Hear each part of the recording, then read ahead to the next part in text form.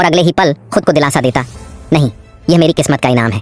मैंने सालों की बेबसी सही है, ये मेरी मेहनत का फल है, किसी का हक नहीं छीना। समय के साथ सलीम खुद भी बदल गया था। जो आदमी कभी भीड़ में सिर झुकाकर चलता था, अब सीधा चलता था, आत्मविश्वास से भरा हुआ। उसकी आवाज में अब झिझक नहीं, ठहराव था।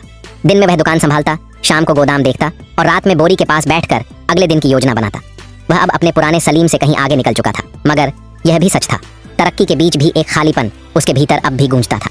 एक शाम जब वह थका हारा दुकान बंद करके लौटा तो दरवाजे पर दो चेहरे खड़े थे, परिचित पर दूर चले गए चेहरे।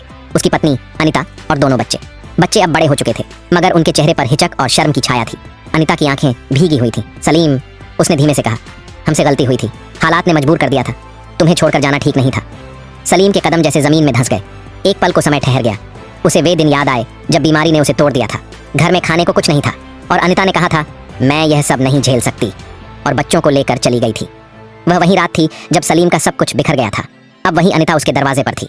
बच्चे आगे बढ़े और बोले, बाबा, हमें माफ कर दीजिए, अब हम आपके साथ रहना चाहते हैं। सलीम का दिल कांप उठा।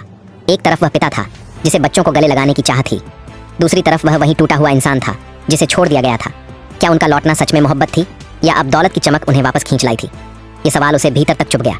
उसने ठंडे स्वर में कहा, जब मैं खाली हाथ था तुम सब चले गए थे, अब जब मेरे पास कुछ है तो लौट आए हो।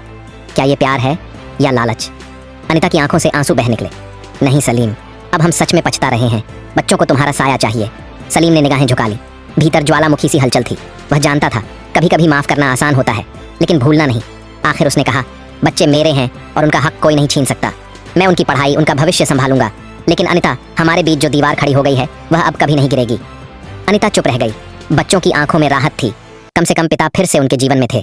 पर सलीम के दिल का पुराना घाव फिर हरा हो गया।